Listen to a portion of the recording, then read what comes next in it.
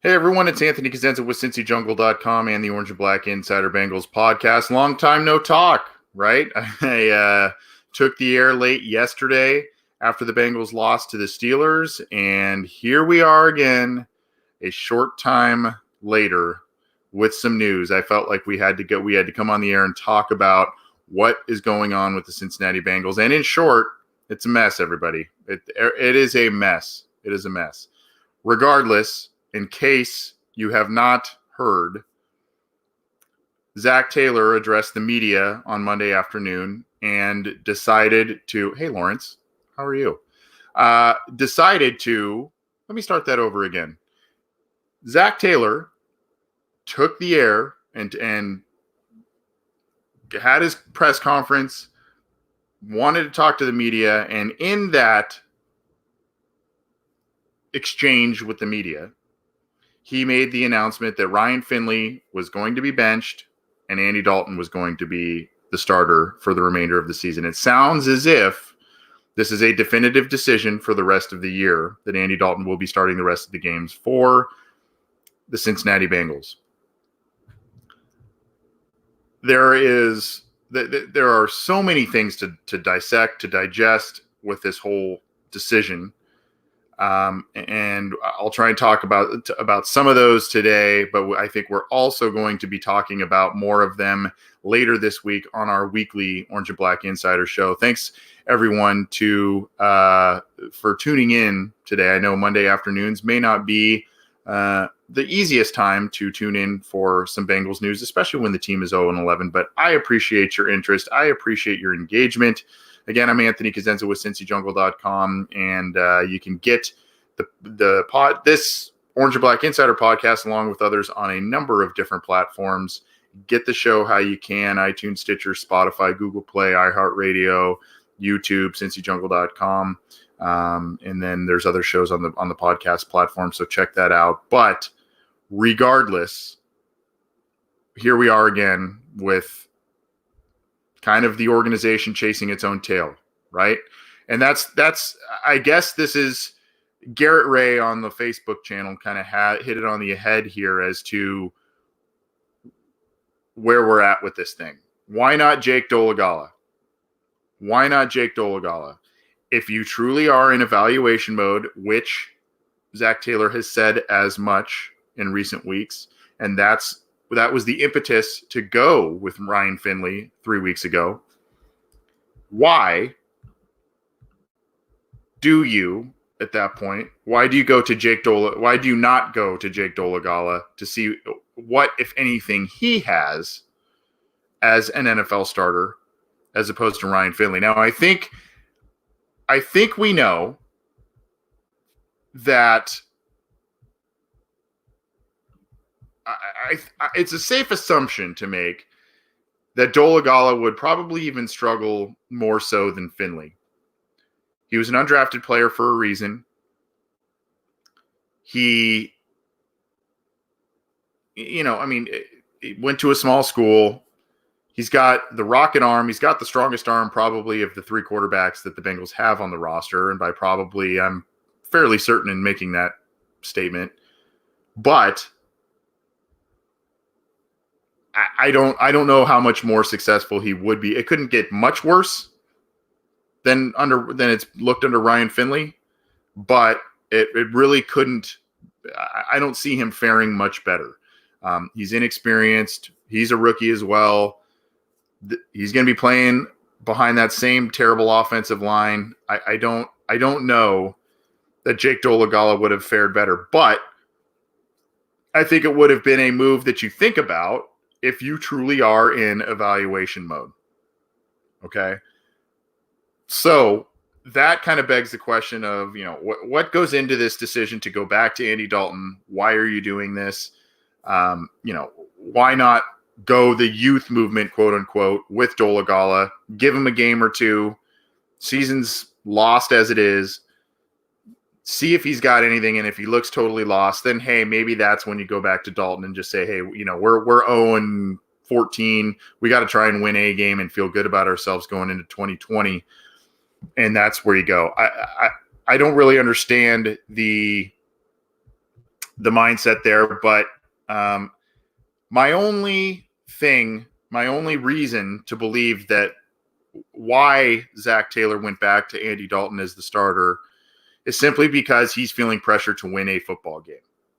This team is now 0-11.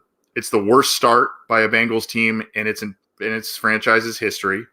They are doing very little correctly. Most of the things that are going right are not really due to Zach Taylor. Zach Taylor's areas of responsibility, really, obviously it's the whole team as the head coach, but his area of responsibility, his main area of responsibility is quarterback development, offensive development, putting points on the board, making an exciting offense. None of that is happening right now. None of it. If you go to, I've mentioned this a couple of times now on the air, the Bengals have not scored more than 23 points in a game this year. Not good. They've scored 17 points 4 times. And the last 3 games, 10 points twice and 13 points in Ryan Finley's 3 starts. Not good. Yesterday, the Bengals had 16% success on 3rd downs. That's terrible. Ryan Finley, 2 touchdowns, 2 interceptions, 2 lost fumbles, 47.1 completion percentage. That's atrocious. 2 touchdown passes in 3 games versus 4 turnovers, and 2 of those turnovers, by the way, were returned for touchdowns by the defense. So this is to me, this is a little bit of a shell game by Zach Taylor, maybe to potentially keep the eyes off of him a little bit. I also think that Zach Taylor needs to win a football game, if not more than that. He cannot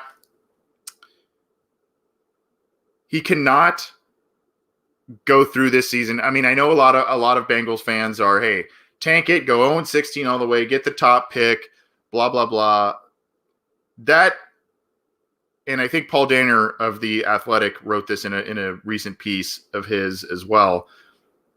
Going winless in a 16-game season, in a football season, that does not sit well with a locker room. That does not sit well with veterans. That does not sit well with the fan base.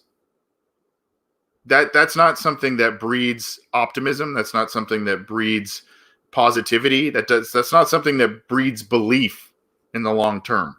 Tanking, if that is truly what the Bengals are doing, tanking it has the same effect. It does not breed an air of accountability. It does not breed positivity. It does not breed hope for the long term. If you're not a good football team, you're not a good football team. Obviously, that's where the Bengals are right now. But this team needs to win football games. Zach Taylor needs to win football games. He can't, in the same season, have the worst start by a rookie head coach in franchise history, worst start by a Bengals team ever in franchise history, cannot be one of the quickest teams ever eliminated in the NFL playoffs, and go winless in the same season as a first-time head coach. You just can't do it. And that's why probably this move was made. It is a desperation move to probably tie, in an attempt to at least tie the mark for the least amount of wins in a Bengals season, which is 2, or a 2-14 season. They've only got a handful of games left, 2 of which are against Cleveland.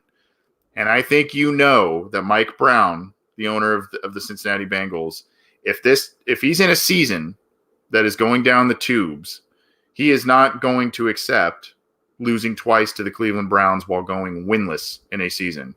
There are a lot of things Mike Brown will stand for. There are a lot of things he will tolerate. Losing to the hated Browns twice in a season and going winless and tying a mark that the Cleveland Browns set a couple of years ago is something he will not accept. I think that this is probably something, aside from Zach Taylor having a little bit of autonomy as a coach, I think this is maybe a decision that said, hey, this isn't working with Finley. You made that call. It is not working. It is not exciting. It is not getting butts in the seats. You got to do something here. And you got to give this chance the best team to win. And I think also there are a lot of people talking, how could Zach Taylor realistically face the media, tell the fans, tell everyone, we're doing what we can, everything we can to win football games, and you continue to trot Ryan Finley and his 47% completion percentage out there. It holds no water. It really holds no water. Terry Oldiker says, I like the move. I'm sick of losing. I mean, I think everybody's sick of losing. I think that locker room is sick of losing. Now, here's the thing. There are a lot of moving parts here, okay? When Dalton, and I put this in a post that went up early on Cincy Jungle before this decision was made, because yesterday, after the loss to the Steelers, Zach Taylor was very non-committal to Ryan Finley at that point. I kind of thought he was going to stick with him, but he didn't really make the, Ryan Finley is our guy for the rest of the year type of answer to questions. He didn't give that to everybody. He kind of said, we got to review the film. I don't know if you can get a good grasp on somebody after just 3 games. Well, I mean, I think in some respects they did get a good grasp on who Ryan Finley is, who he is as a quarterback. But this is the interesting thing, okay? Aside from all the injuries that Dalton had to deal with, and Finley had to deal with, AJ Green, Cordy Glenn, who finally made his return yesterday against the Steelers, Jonah Williams, John Ross, list goes on and on and on offense. Part of the problem with that is that the Bengals could not run the football. They were last in the league. And when the team was 0-8 and Dalton was the quarterback, the Bengals were dead last in the league, and by a large margin, in running the football. They were terrible at it. These last 3 games, Joe Mixon has run for 279 yards, which is 93 yards per game on average, and 4.4 yards per carry. Dalton didn't have that run game, at least as it's currently performing in these last few games, in the first handful of games. Now, with these performances by Joe Mixon, has been a larger amount of carries, a higher volume of carries and touches by Joe Mixon, because he is basically the best player left on that offensive unit. He is creating quite a few big plays out of nothing.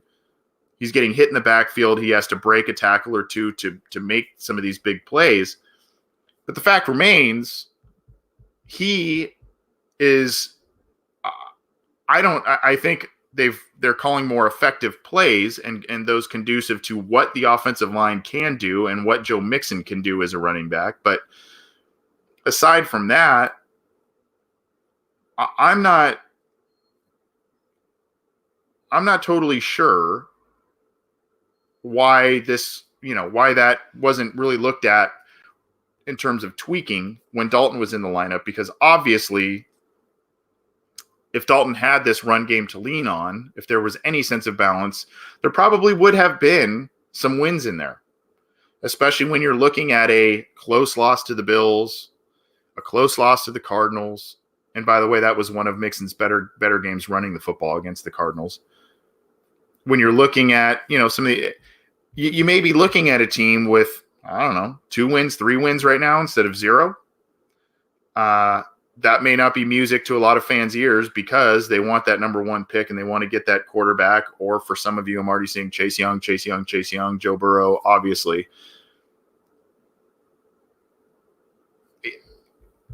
I don't know what to expect here, but other facets of the team are working that were not currently working when Dalton was originally the quarterback this season. Cordy Glenn is now back. AJ Green was running routes and throwing with Dalton this morning. If you saw that on Twitter, and there's some video feed of them kind of running. I mean, it was very informal, but Green's kind of in workout gear, not pads and a helmet, but workout kind of gear and running routes and catching balls from Dalton. I don't know if that means he's close to finally coming back as well. We'll see. But that's a facet that, a player that hasn't been available all year to Dalton or Finley. John Ross is scheduled to come back early December. Maybe this is the way that they feel that they can truly evaluate Andy Dalton in this offense with some of those weapons back. Maybe they felt that they didn't give him the fairest shot in those 8 games because of their own play calling, the injuries, and all of that. I find that a little bit of a stretch personally. And I think by now, if you need an additional, 4 games, 5 games from Andy Dalton to get a better grasp on who he is as an NFL quarterback, I find that to be a little bit, I don't know. I think right now you've had years to know who Andy Dalton is, whether it's behind a good line, a bad line. You haven't had that long to know him under Zach Taylor, but really who is really excelling on offense in this supposed offensive-minded under this supposed offensive-minded coach? Who is really, really sticking out? Tyler Boyd has a couple of 100-yard games, but he's kind of getting high volume of targets because the other guys aren't in there, and he had a couple of critical errors against the Steelers yesterday. This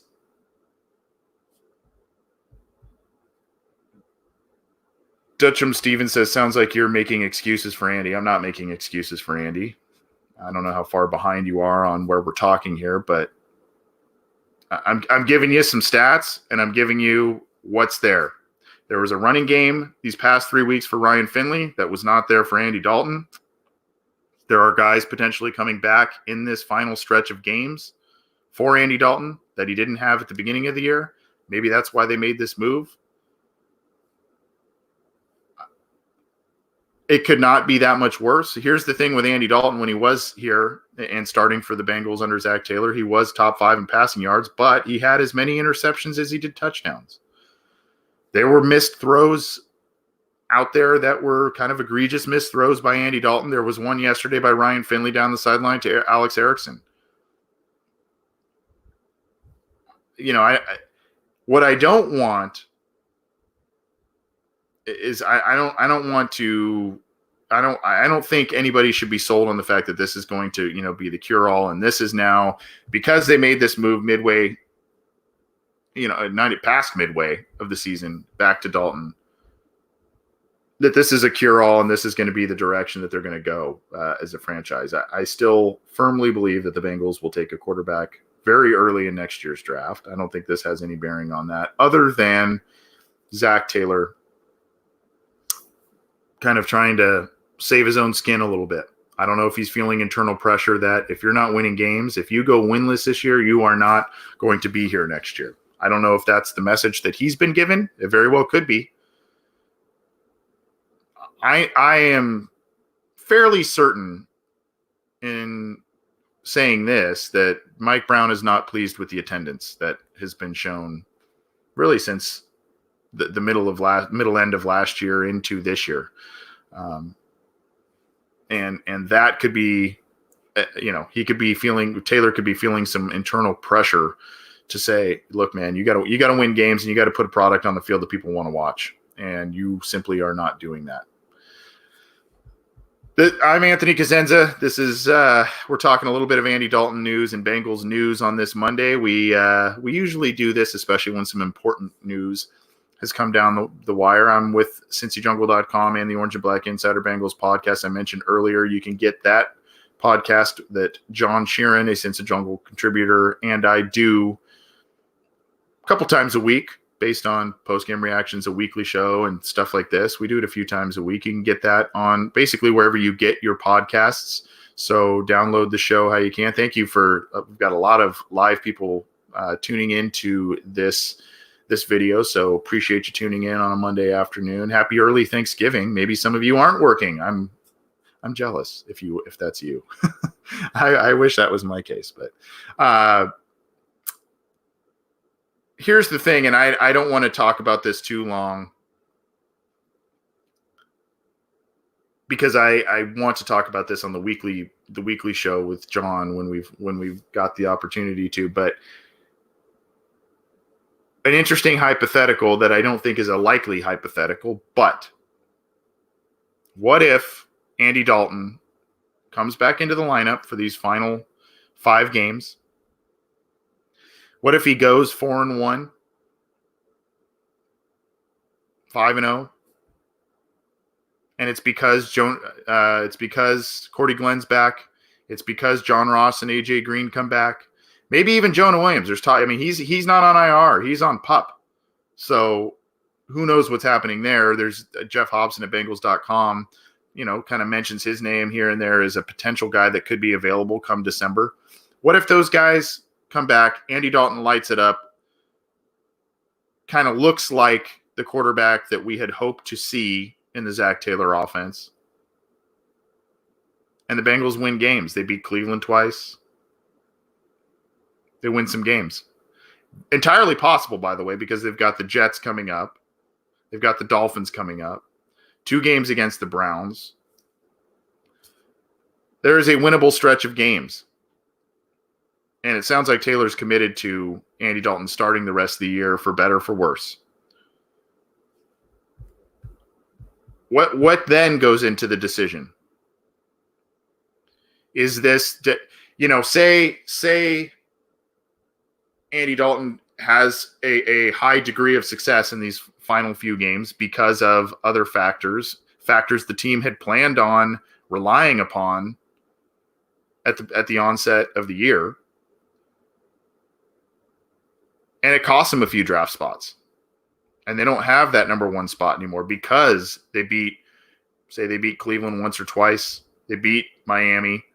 They beat the Jets. And all of a sudden, they're a few spots down.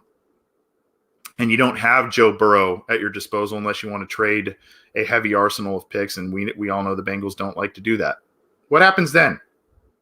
Do you take a Tua, a Justin Herbert, a few spots later? And in the case of Tua, you let him heal up and you have Andy Dalton under contract for a final year and you ride with Andy Dalton while Tua heals up and learns the offense. In the case of Herbert, he didn't play well last weekend and it's got a lot of people, including myself, kind of questioning some things about him. Do you do a Carson Palmer, John Kitna situation? You draft a Justin Herbert. You'll have him sit, and you have him learn behind Andy Dalton, and you ride Dalton in 2020, and Herbert's either your guy later in 20. You give him a shot if the season goes down the tubes again, or 2021 you pass the baton to him like you did with a Kitna and Palmer. All of these hypotheticals rely on Dalton playing well these final few games, that it may not even be an issue, maybe a non-issue. He may play just the same, if not worse, than he did to start the season. But if you are Andy Dalton, you're probably pretty pissed off about how this whole thing has been handled. You wanted to be traded around the time you were going to be benched. Now, not only are you playing with a chip on your shoulder, you may be feeling like you are auditioning for other teams for a trade next offseason, and that's where your play elevates, especially with some of these guys coming back. What do the Bengals do at that point? I know it's easy to say, oh, well, you got to move on from him anyway, and I am inclined to agree with that.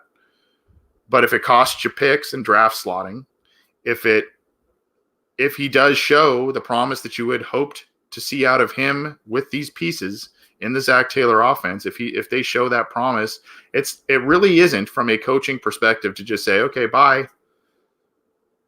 It really isn't. I mean, I've been in those shoes. I've been in an NFL head coaching shoes, but I've been in coaching positions where you think you've given up on somebody, you give them a second chance, they end up playing better, and all of a sudden your eyes are opened a little bit and you go, well, it's not so easy to just cut this guy or put him back on the bench. I still think this team kind of, as of 2020, needs to be starting over from scratch in terms of quarterback and whatnot.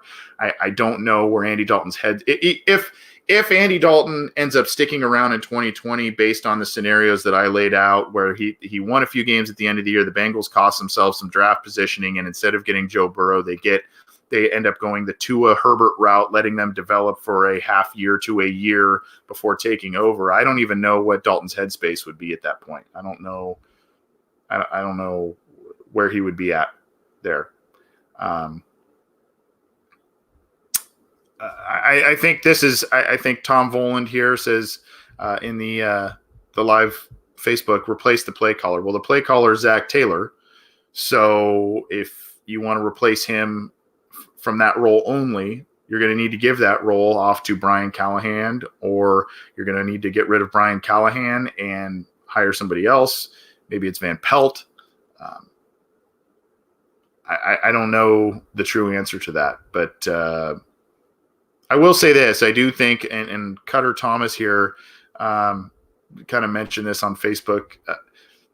I think if everything else held up the same way in terms of the running game performance and in terms of the defensive performance of the last two games, Cincinnati would have won those last two games. And if Dalton was quarterback, Cincinnati would have beat the Raiders, and they would have won. They would have beat the Steelers yesterday. I'm fairly confident in saying that.